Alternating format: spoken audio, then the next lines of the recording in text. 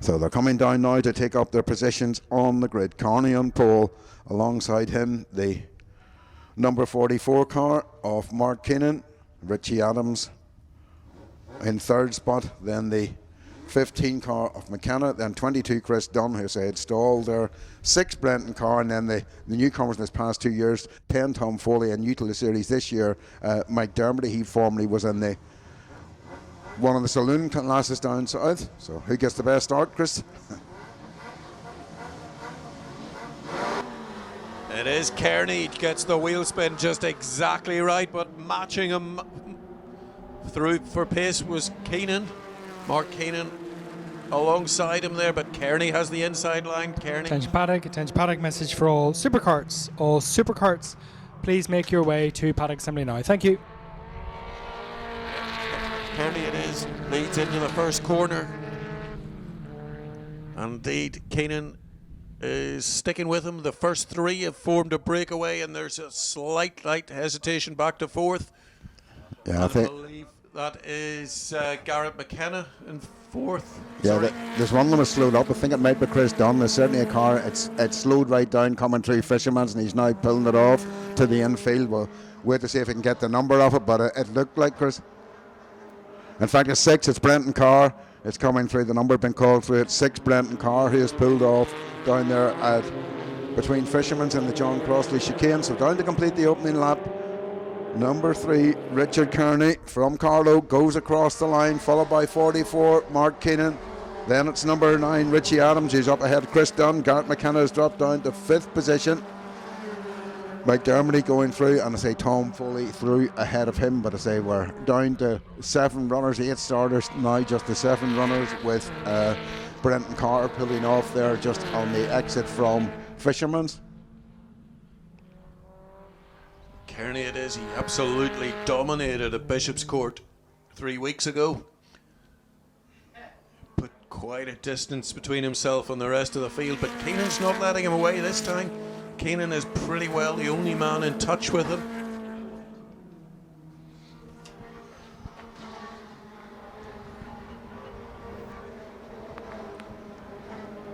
Mark Keenan from Navan, so halfway up the road here to Kirkistown. And then there's a gap back to our 3rd place man, who is Richie Adams.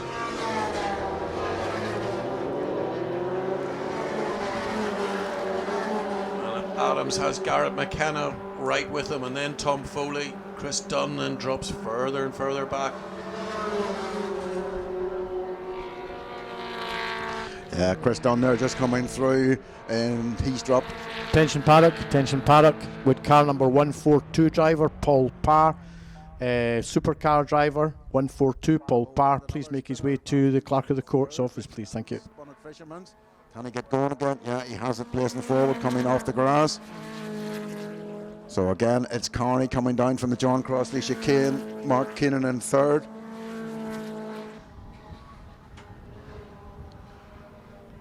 So the new 3rd place man then will be Garrett McKenna. I think just checking that I knew Richie Adams came back onto the track okay, but he does appear to have picked up the speed, so no damage or anything sustained. So across the line it's Richard Kearney, followed by Mark Keenan.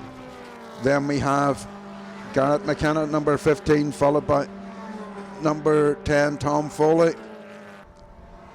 And number 9, then Richie Adams comes through, followed by 22, Chris Dunn, and then it'll be 27, Mike Dermody. Richie Adams was our spinner. Can he make up some ground? He's car number 9, the all-white car. Do you see he's got a couple of cars within touching distance in front, but getting up to them is one thing, passing is what motor racing is all about. So keep your eye on that car, number 9. He has got 11 minutes to do it. See how far he can get up. Fastest lap of the race has just been set on that last lap, and it's no surprise, it's from your race leader. It is Richard Kearney. Is in the 102.175. So bear that in mind when you're watching the Formula Fords later on. Slightly slower that lap there, 102.8. So 6.5 seconds slower that time round. But Keenan really the only man in touch with him there. 2.5 seconds is the time difference between them.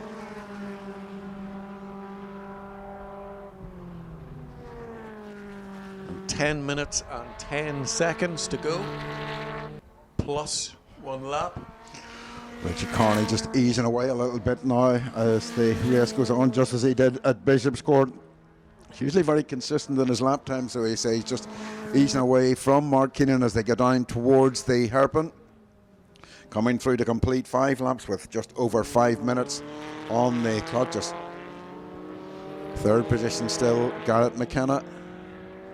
Yeah, and the real dice is there for fourth place, and it's Richie Adams in the white car, the man who was higher up, and he is on the tail of Tom Foley. So that Richie Adams number 9, Tom Foley number 10. These two cars just going side by side over the start finish line. Foley holds him off for another lap. Yeah, I'll get him though this time. There's a second between them in lap times, and don't forget Richie Adams I think was down at a 63 earlier. So he has at a 63 at 06, so he's a little bit more pace, and he just nips through on the inside at he's held him back. Yeah, Foley had other ideas, and Richie Adams thought he would try the outside, but Foley has held him off through Colonial 1 and 2 just by hugging that inside line. And these two cars are hurtling into the John Crosley chicane. Foley in the blue car, number 10. Adams, the white car, number 9. These cars now on. Attention paddock. Would all supercarts start making their way to assembly, please? Supercarts to assembly, thank you. Steadily improving. He was making a bit of progress at Bishop's Court 3 weeks ago. And new to this class, and he's really pretty well getting in the groove of it now. Your 1, 2, 3 is fairly settled, but fourth place certainly is not. Here's Foley, and he's pulled out a little bit, and Richie Adams is falling behind. Yeah, he made another mistake there. So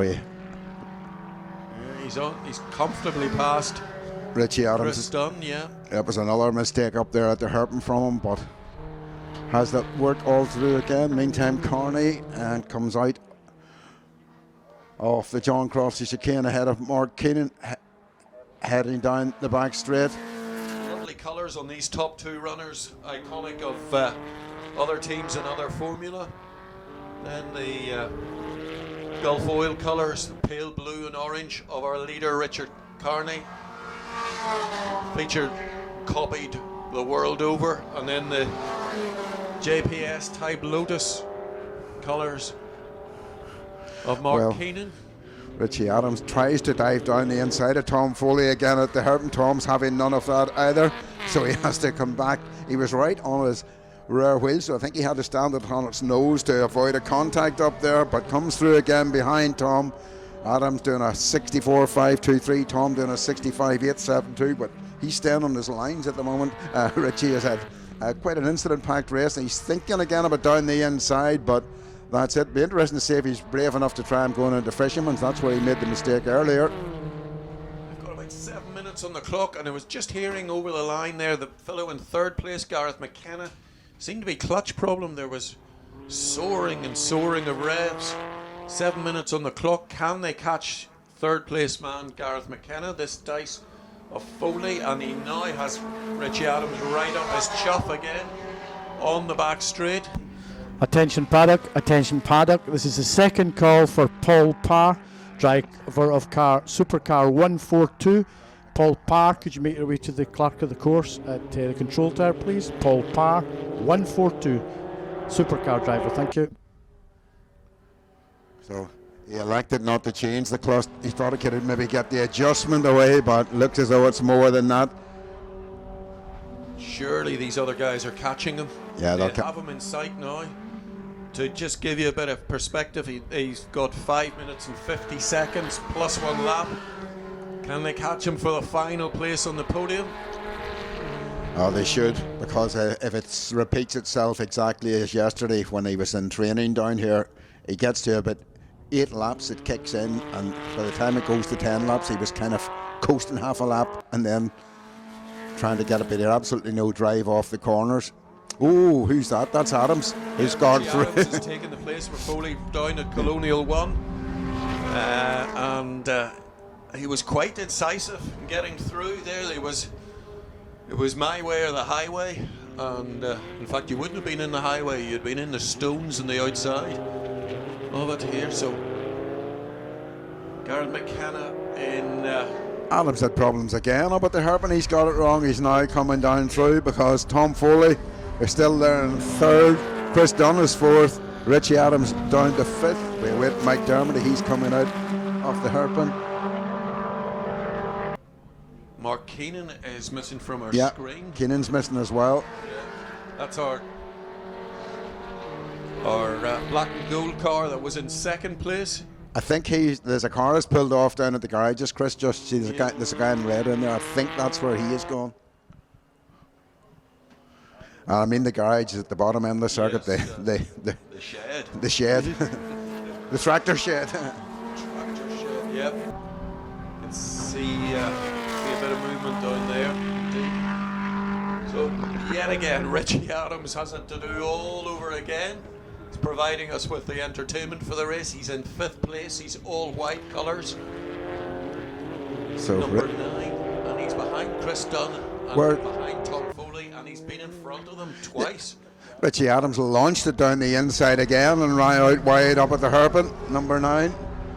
So it's still Richard Carney who leads it. Garrett McKenna, to be fair, he's going reasonably well, 66.429. Tom Foley then, and then Chris Dunn, and then Richie Adams and Mike Dermody. Mark Keenan, I say, unfortunately out down at the tractor shed. But certainly the man who's having the most eventful race is Richie Adams. You've got to say he's been. If we didn't have a hairpin, he'd be winning it. But definitely the hairpin is the bogey corner for him. I think he's having a moment in every corner. He had a big one in the chicane last time through, and then he gathered it up and then launched it down. But he's certainly not lacking courage. Each of the times he's arrived down at the hairpin, he's fired it down the inside, but the rest through. Garrett McKenna's going to get caught by all three. Here goes Adams again, another run down, very tight onto the apex, so they'll drive away from him on the exit.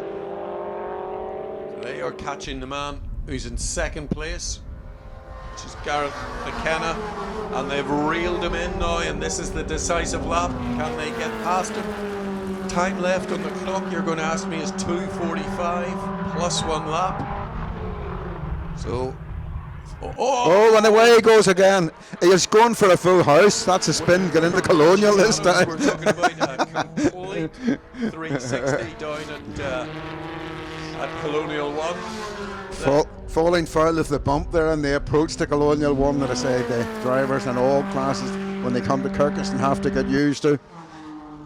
It really does unsettle the car just on the brakes.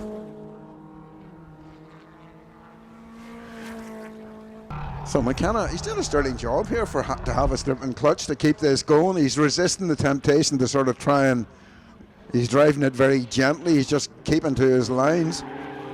Carney, meantime, he's gone through 12 laps completed. What, he's 2 minutes to go. Attention paddock, message for all supercarts. All supercarts, please make your way to paddock assembly now. Thank you. Now we have Richie Adams. Chris Dunn had a little bit of a moment up there. He comes through noseless.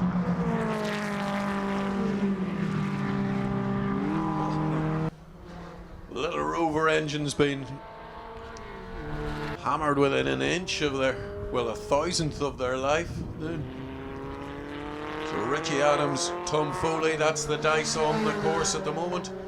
And that dice is entering the Crossley chicane. Foley in the blue car, Adams in the white. That's Kearney across the line. He slowed a bit. I'm just wondering. Yeah. Well, maybe it's just because he's eased it off. It didn't appear to be revving out as well. So Adams, will he try? Foley again. Yeah, here he goes down the inside. Can he get it round? Tom Foley will go for the undercut on the way out, but he seems to have got it that time. He's up into second. Foley trying to come back, but he won't make it. So Garrett McKenna through into second. That's it was McKenna. That was a good run from him. Then Tom Foley and then Richie Adams come through in fourth spot. Lost his nose is number 22, Chris Dunn. And is really running at reduced revs. Losing your nose on one of these Sheens, as we've said time and again, doesn't seem to make the slightest difference to the overall lap times.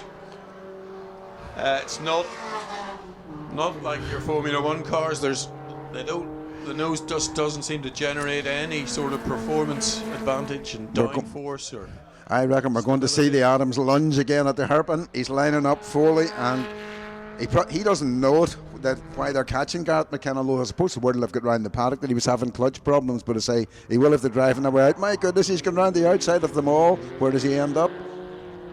There's only two come out there, and surely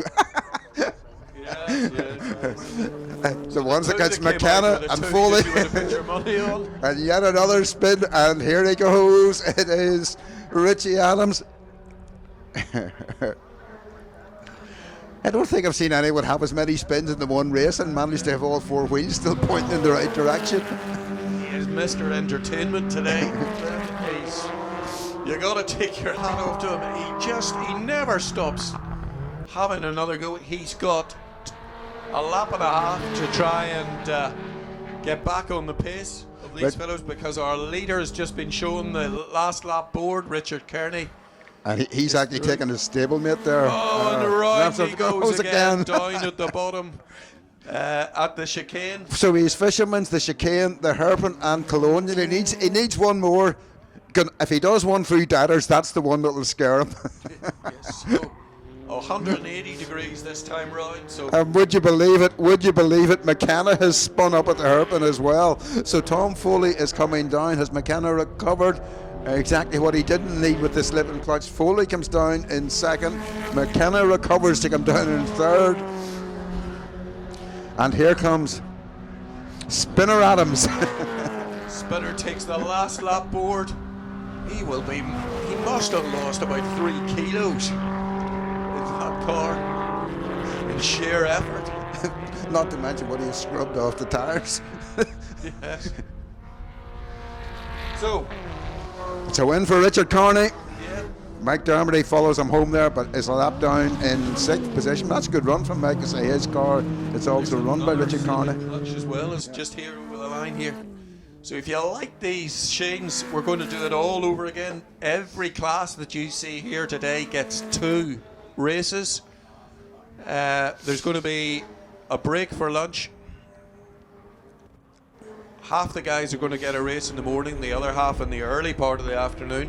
So each class that you see, and if you particularly like one, you're going to look out for them later on in the day. Good run to second then by Tom Foley. He takes second. McKenna holds on to take third. And I say, there he is. Richie Adams home in 4th position. We're waiting on the noseless Chris Dunn. He's just making his way down into the hairpin. I think Chris was just lapped on the start-finish line, so whether he comes around, I'm not sure. Yeah, he's making his way around. 63.69 there, Richie Adams on that last lap when he had a clean lap. There's the clutch away. Clutch away in that one as well. There's going to be a lot of dismantling in the paddock. Apparently they're quite tricky to actually get them a clutch into them, where you have to